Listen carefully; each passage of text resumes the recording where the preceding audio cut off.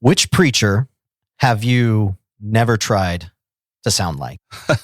Probably a lot of them. I mean, the two that come to mind right away for me, the two of my favorites are Charlie Dates. Charlie Dates is just an incredible preacher, comes out of a black church tradition, and there's a way that he sounds, especially when he's thundering away, that I just would never try to sound like. So that'd be one. The other would be Tim Keller. I mean, I've borrowed so many quotes of Tim Keller, copious amounts of his content, but to try to sound like him, I mean, man, I just could never pull off that sort of professorial thing. Maybe if I put on a tweed jacket, it would help. But yeah, I mean, some of the best folks, you try to learn from them, but to try to imitate them, not a great idea. Hey, welcome back to the Preaching Through podcast. My name's Dave. This is Luke. Hey, Dave. Hey, what's going on, man? Dude, this is fun. I love doing this. This conversation got me thinking about all of my years back in ministry when I was doing music. And we were in a small group together, and one of the questions in one of our small groups was, if you could sound like any musician, who would you want to sound like? And I was like, this is the worst question ever for me, because I spent years trying not to sound like anybody else. When people told you did sound like someone, who do they most frequently say? I don't know. I'm kind of embarrassed to say. Come on, man. Can you take Carmen? me? Or, no, it wasn't Carmen. It was Scott Stapp from Creed. Oh, wow. But they were huge at the time, so it's like... Why would you be embarrassed by that? Well, Creed's the best, man. And they're coming back. Have you seen the halftime performance when like they had the acrobat guy soaring through the Cowboys stadium with his shirt off? I saw that the other day. Someone posted something about how this is the most American thing they'd ever seen. Yeah. It was Creed at Cowboy Stadium going for it. I mean, I feel like when I have a pretty good Creed voice myself. I mean, when I want to like really, roll the windows down and turn the music up. Oh yeah, that's awesome. Creed was the one that I always got. And that and Third Day, because it was kind of like that was the era, and it kind of like, combined in there. Yeah, like Creed was like the kind of Christian band, and Third Day was the really Christian. Do you remember at all of the Christian bookstores, we only had like one for the longest time. It was the Jesus Chapel out here, and then Berean and like Lifeway made their way out. But like, if you like Nirvana, you might like whoever. Yeah, totally. I mean, this was, for you young bucks, this was us growing up in the late 1900s. So, like, hey, this is how it used to be. I stumbled across, there was a band named 7 Day Jesus. I love 7 Day Jesus. I sent you a link. Did you ever listen to that link? I'll send it to you again. You can check it out. 7 Day Jesus, and then the lead singer, somehow the band disbanded, and then he went off and started another band called Matthew. So Matthew's another one that I liked. Okay. Delirious, the King of Fools, with the green cover and the guy with the weird glasses. Okay. I listened to that one. I think we're losing the audience. Okay. Anyway, going back to it. You were saying you didn't like when people would try to say who I tried so hard to get away from that. And I feel like that's what this conversation is about, is like, as a preacher, we may naturally gravitate towards sounding like this person or that person. Yeah. But the mission here, as in your preaching ministry, is like, what's your voice? And so how do you think of that idea of your voice? What do you mean by that? Well, everybody seems to nod their head in agreement when you say that a preacher needs to find his voice. Mm-hmm. Everybody just go, yeah, that makes sense. But then a lot of people go, well, how? And that's really what I think we want to talk about in this conversation. When I was in college, my senior year, I did an independent study. I had a Christian professor who allowed me to do a deep dive into preaching. I read some books and interviewed some pastors in town. And I remember one of the pastors, his essential definition of preaching was something to the effect of God's word through a personality. And that always struck me as like, that's kind of an interesting idea, because a personality feels pretty specific. It's that God isn't just speaking generally, but he's speaking through all the intricacies of how he's made a particular pastor and his personality. And so, that began me thinking through, what does it look like to have your own voice? And not so that you can have your own voice, but that you are just consistent with who you are as a person. And that does seem important. It's always funny to me when you hear a particular preacher and you can right away tell where he grew up in terms of his ministry. Mm-hmm. Certain people, they just, oh, wow, they sound like that guy. They sound like that guy. All the people in this denomination all sound the same. And that feels kind of unfortunate to me, because even though all those people are great preachers, it feels like at some point it does just kind of go, well, is that really how God made you? And I realize we're in this age of authenticity, in this age of you have to express yourself in the perfect snowflake, unique way.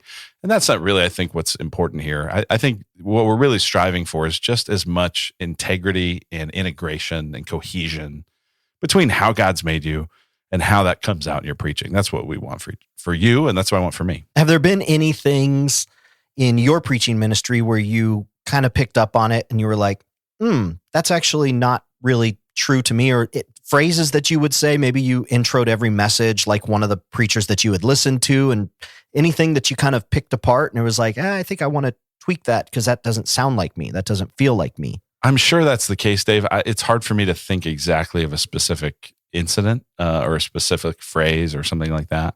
But as I think we're going to talk about, part of how you discover your voice is by, in a sense, trying on some of the voices that you hear and seeing like where's their resonance there. So yeah, I mean that's part of how you learn and part of how you develop your voice as a preacher. Another question that I have before we get into the list of just kind of the items that we want to hit is, do you have a sense that after this, one of the ads that we run for the Preaching Lab, we referenced Tim Keller saying, hey, your first 200 sermons, they're not going to be great. You just need reps at this point. Yep. Is there a number or is there a milestone where it feels like after like 25 messages or after like 50 messages or 75, you should get an idea, or you should start to feel like these are things that are true to you, or maybe these aren't? I don't know. That's a good question. I don't think I'd want to try to set that expectation. Sure. At some point, really as soon as possible. And the more you preach and the more you get to do it and the more you get feedback and the more, the quicker you figure it out. I also feel like there's things that I always want to keep growing in and trying and experimenting with, and, ways that I think my preaching voice can evolve, so I want to be open to that as well. Awesome. Well, let's get into it. Let's talk about preaching through your voice. A few years ago, a new pastor joined our team. He'd been on staff at another church for a number of years, had a lot of experience preaching. And before he preached for the first time at our church, I said, hey, after your sermon, we'll sit down and just debrief it and talk it through. And we did that. And I was able to give him some coaching feedback that just to me felt totally normal. But afterward, he said something that blew my mind. He said, I got more feedback from you after that one sermon than I've gotten all these other years that I've been involved in preaching. Now that stunned me. I grew up in an environment where you got lots of feedback, you got lots of coaching, but I realized that's actually not a common experience for most pastors. Most of us, we only get a little bit of a, hey, pastor, that was pretty good, or we get a nasty email, neither one of which are very helpful. And so I've created an experience where you can have the same kind of experience that he had, getting some tangible feedback as well as some really practical instruction on how to build and craft and deliver great sermons that are consistent week after week. I want to encourage you, I want to help you, and I want to come alongside any way I can. You don't need an overhaul, but a few small tweaks might go a long way to helping you be the preacher God made you to be, helping you find your voice, and helping you to serve the people God's called you to lead. So that's what the Preaching Lab Live is all about. To find out more, go to faithfulandfruitful.com/lab. In my 20s, there was a guy who I was really good friends with. We were both actively doing music, actively developing our craft, and his vocals continually changed about every 6 months. He was constantly changing from sounding like Creed to sounding like Jason Mraz to sounding like, whoever the thing was at the time. I remember thinking, like, this doesn't sound like you at all. Like, none of these sound like you. But I also realized, looking back, that he was trying to find a way to stand out. He was trying to find a way to own his own voice, and he was working through a process that eventually came out with something that felt like him. Now, I think there was this combination of, I'm trying to be an entertainer, and that's not what we're talking about. We're talking about finding your true voice in the pulpit. Is there anything that you want to say about that and about that process before we get into the deep dive? What I want to say at the front end is why I think this matters is because people are going to experience you in the pulpit and out of the pulpit. I mean, especially your family is going to do that, but really everybody. And if there's just this sense that you become someone radically different in the pulpit, I think it's just confusing to people. And so obviously, if we're saying things about God and about our lives that are inconsistent with how we're living, then we're being hypocrites. and that's not really what I'm talking about. I mean, of course that's a problem if that's a problem, but it's more to say, like, does it just feel kind of the same to be with you in the pulpit and out of the pulpit? And one way I think about it a lot is like, it's your normal voice, it's your normal personality, it's your normal things you're into, probably turned up a couple notches because you're on a stage and, you know, the room's big and it's a different thing. Like I definitely talk way louder when I preach than I do in my, around the dinner table. But I don't think my kids would be like, man, he just transforms into some totally different person.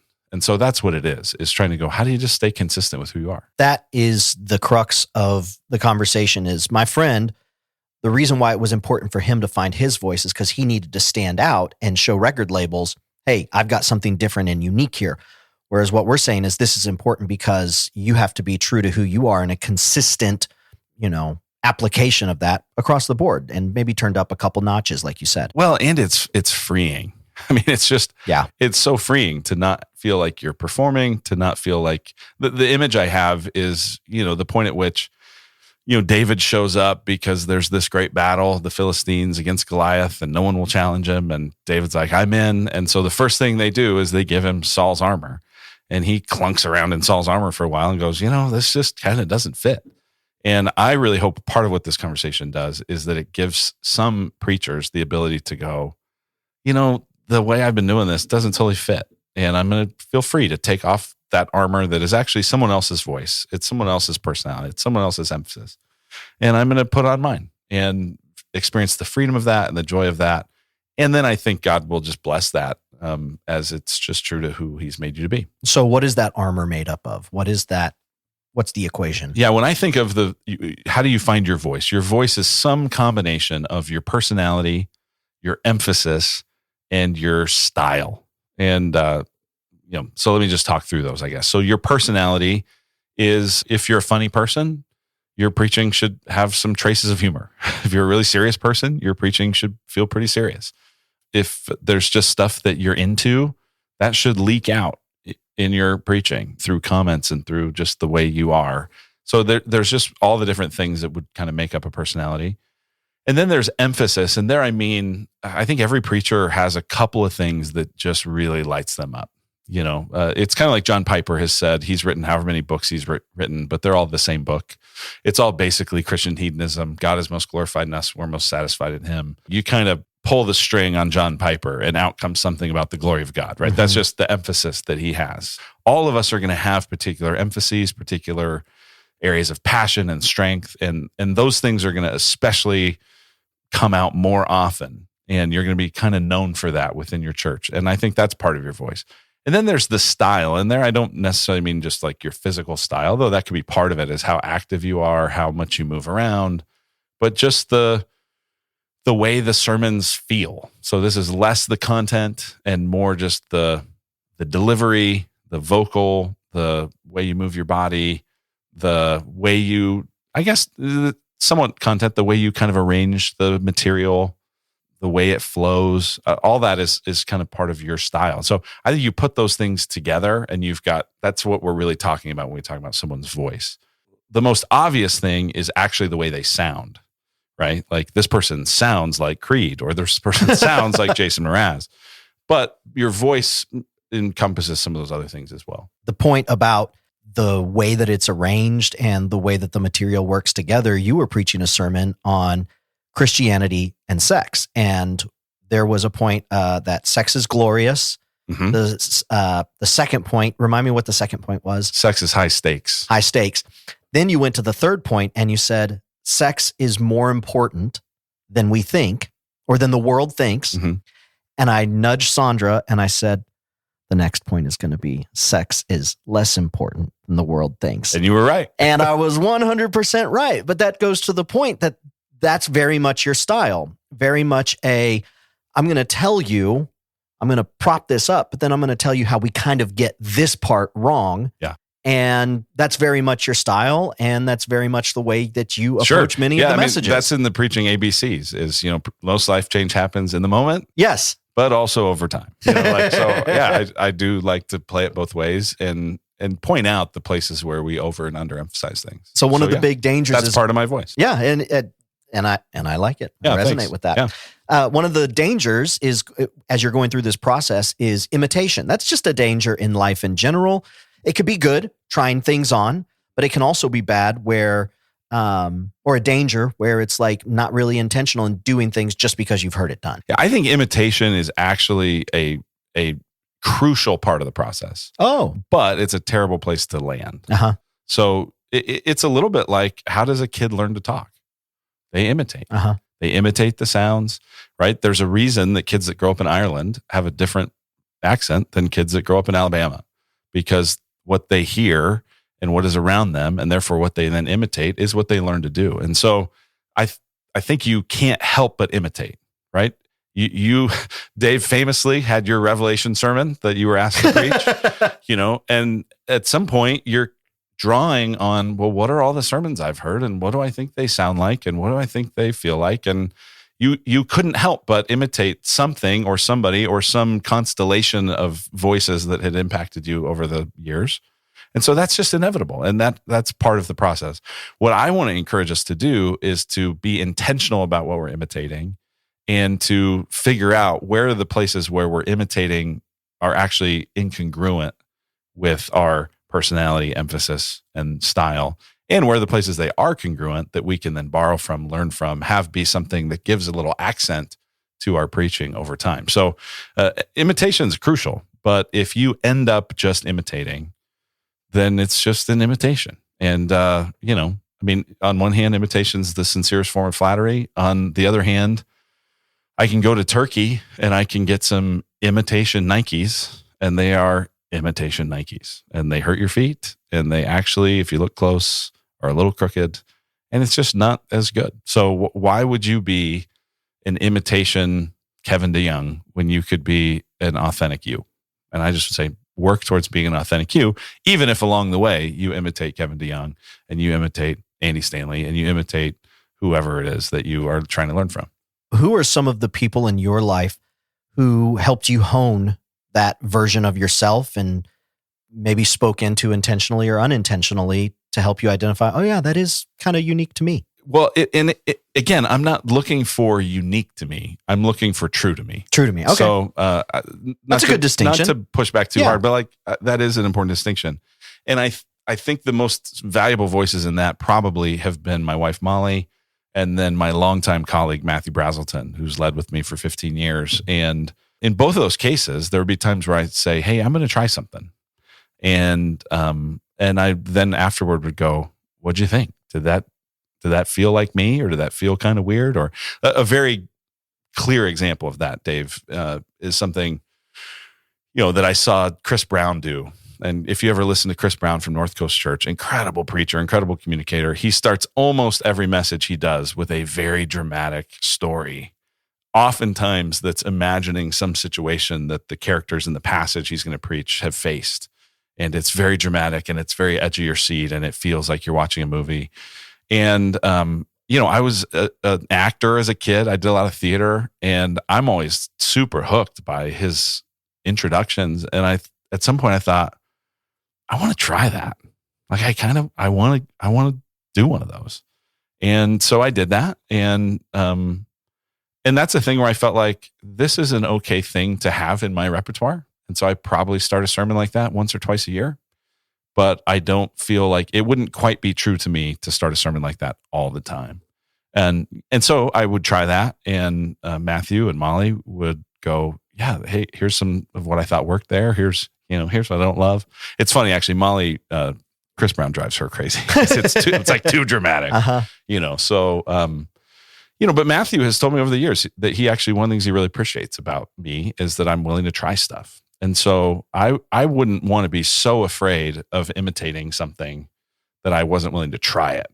And so I think it's important to try it, to try new things, to try new approaches, and then see, did that fit? Did that land? Did that work? Did I find that easy? Did I find that hard? Did that feel like I was trying to be someone I wasn't? And like any new thing, you have to sometimes try it a couple times. So maybe one time isn't the only thing. But I think it's that process of iterating. It's how you learn to speak. It's how you learn to accent. It's how you figure out, here's the stuff that actually really resonates with me. How much of it has been Yeah, I like that. How much of it has been soliciting feedback from other people before you try something new again? Or you try that same thing again and I liked it, but this person thought it was not a win. Yeah. I mean, I think if you know you're trying something and it feels sort of big, like a preacher might go, you know what? And this, it's funny that the silly things that we get into, but these things all make a difference. Like, do I want to have a stool up there? And do I want to actually try sitting down while I preach? Right? Because sometimes people do that. And I've done that before. I don't do that most of the time. I almost never do it now. But there were some times, and there have been times where I've thought, you know what? There's going to be a moment in this sermon where I'm going to want to kind of pull up a chair and have a little family chat moment with the church. And so I want to actually sit down and do that in that moment. Well, the first time you try that, it's like, this feels weird to like, what am I Andy Stanley now? And I just have to sit and, and am I trying to be this, something I'm not? And so that's where I think you're helped if you tell people in advance, hey, here's what I'm going to do. Here's why I'm going to try it. I'd love to get your input on what you think about it. Does it work? Does it work for me? And to assimilate that feedback and discern, does it work? Does it not? Are there moments to do stuff? One of my favorite things is to just, and I think this is kind of true to my voice, is to do different stuff and try different things, right? I don't always open a sermon the same way. Sometimes it's pretty funny and silly. Sometimes it's really serious. Sometimes it's let's dive right in. And I just think being able to have lots of different ways that you approach stuff, as long as it's consistent with you and true to you, is part of your voice. Something else I've noticed you do for the first time was pull out a preaching board, like a on-stage interactive monitor. Yeah, like a touchscreen. Yep. Where you will take a Bible reference that we are going through, you'll put it up on the screen, and you will use different colors to underline, circle, highlight, put a square around, make notations right there in front of everyone, and it's projected up on the iMac as well. Why did you come up with, or how did you come up with the idea that I want to give this a try? A few years ago, I bought an iPad just for my own personal devotions, and I was really intentional. I didn't put iMessage on it. I didn't put any email on it. It was entirely just for reading and for spending time with God. And so I bought a digital Bible, and I was just reminded how fun it is to be able to mark stuff up, to be able to use different colors, to be able to draw different connections in a passage. A lot of times you're looking for a key word, and this shows up here and here and here. And in certain passages, when you actually visibly see the connection between certain words or phrases or ideas or parallelism or stuff like that, I mean, it's really pretty electrifying as you study. And so I was just experiencing that again in my own time with God. And I thought, at some point I hit a passage, I don't remember what, that I thought, oh man, I'd love to be able to visibly show this. And so I figured out a way with our tech guy to be able to plug my iPad in. And so that's how I started it. And I did that a few times and just got really great feedback from it, because a lot of people are trying to figure out, how do I study my Bible? And when they see you studying it, they go, oh, that's how you do it. Oh, I see that connection. I see how he got there. Also, there's just a lot of people in the church who are very visual. And so anything that visually is a change is just connects with their learning style. So I got enough feedback on that, and eventually thought, well, I don't love how I have to like look down away from the audience as much. And I think it could maybe even be more physically engaging if I did it as a touchscreen. But even there, that's a good example where, okay, if we're going to do this touchscreen, it's going to cost a couple $1,000s to get the whole get up on it. And I had to go, am I committed enough to this as something that I'm going to do on a somewhat regular basis, that this is worth this investment? Does this fit enough of my style, enough of my personality? And so that was, again, a place where I went to a number of people on our staff and said, hey, do you think this would be worth it? And across the board, they said, yeah, like when you do that, it's really effective. You seem like you're good at picking your spots and when to do that. And that's worth doing. So yeah, that would be another place where I've iterated that. And I mean, Dave, because you're here, I'll go weeks without using it. And have times where people go, hey, when are you going to pull out that thingy? And, so it's not a shtick. It's not a gimmick. It's not a crutch. It's not, I have to do that every time, but it's in the can, and it's like a tool available if I'm going to use it. And therefore, when I use it, it doesn't feel like I have to. It also doesn't feel like, man, why is he doing that? You, for people who don't know you, don't interact with you, you're fairly approachable with being able to say, hey, I noticed this, or I think this. And through Faithful and Fruitful, we have the Preaching Lab curriculum. And one of the things I just think is interesting, you are talking about preaching on stage and showcasing and modeling for people, hey, here's one way that you could make connections, study the Bible, mark it up, highlight it. And that's one thing that I'm constantly emphasizing to you is like, hey, I would really love for you to model this right here, how to do that. And you're like, well, you think people would find that helpful? To show how other preachers, how I came up with something? Right, to show other preachers how you come up with something. And you're like, other guys probably have their way of doing it. I was like, I mean, maybe they do, but I'm guessing that a lot of them would love to see kind of how this part of the process works out. And what we're doing is we're saying don't imitate us, but here's one way of doing it. Sure. And throughout this particular podcast, you've even said, now this isn't the only way to do it, but it's a way that's worked well for us, and it's a good place to start. Yeah. I like that. Well, I just feel like you learn by seeing how other people do stuff. Yeah. And sometimes you go, that's exactly how I want to do it. I mean, since I'm about to go on a sabbatical and I'm thinking about how do I be intentional with different stuff, the algorithm on YouTube has somehow started serving me up people's morning routines, and they don't all have the same. But every time you watch it, you go, oh, that's interesting. I hadn't thought about that. And sometimes they're really different, right? This guy says you should work out in the morning, and this guy says you shouldn't. And this person says you shouldn't eat until blah, blah, blah. And this person says, no, eat right away. And this person has coffee right out of the gate. And this person, on and on. And so it really is like most of this, there's not one way to do it. Like you do have to preach the Bible. You do have to, I think, make it practical and accurate and clear and engaging. And then after that, ideally, it just over time sounds like you. Well, that's the next point is the next part of the conversation is how do you transition from borrowing versus imitating and ultimately become your own? It really is that trial and error. It's getting good feedback. And I think it's okay to have different influences. It's always interesting. My family, we feel like one of the few shows we all watch together is American Idol. It's maybe one of the few shows left that's appropriate enough most of the time to be able to watch all together. And these new folks come on, and some of them right away, you go, oh man, that sounds exactly like so-and-so. But that's exactly what they're doing. They're trying to figure out, who am I as an artist and who should I sound like? And I think the most interesting artists, they would tell you, hey, I'm not trying to imitate anybody, but here's some influences. And you can occasionally in their music hear, oh, there's a little, I hear some John Mayer in there. Oh, there's a little bit of, I hear some Kurt Cobain. Oh, that's really interesting. I hear some John Denver. And so to have those influences, that's what I think. So I think it's great to borrow, and I think it's great to incorporate different elements of your communication into your preaching, as long as you're just not feeling the pressure that you need to be somebody else. Now, if someone just goes, you know what, I grew up in an environment and it just so happens I sound like someone else and I'm totally comfortable with it and it fits me, and I go, great, that's fine. Like, that's totally cool. I just don't want anyone to feel like, man, I'm having a bit of an identity crisis every time I get up. A team has to know, right? I'm a sports fan. Teams that can't figure out, quote unquote, their identity, right? Are we a running team? Are we a passing team? Are we a defense team? Like, what's the thing that really makes us us? And again, the world has gone crazy thinking about, well, who am I exactly? And so I don't want to send us on that journey, but I would say, you want to just be comfortable in your own skin. And if you're comfortable in your own skin, then you're free to not be really thinking about yourself.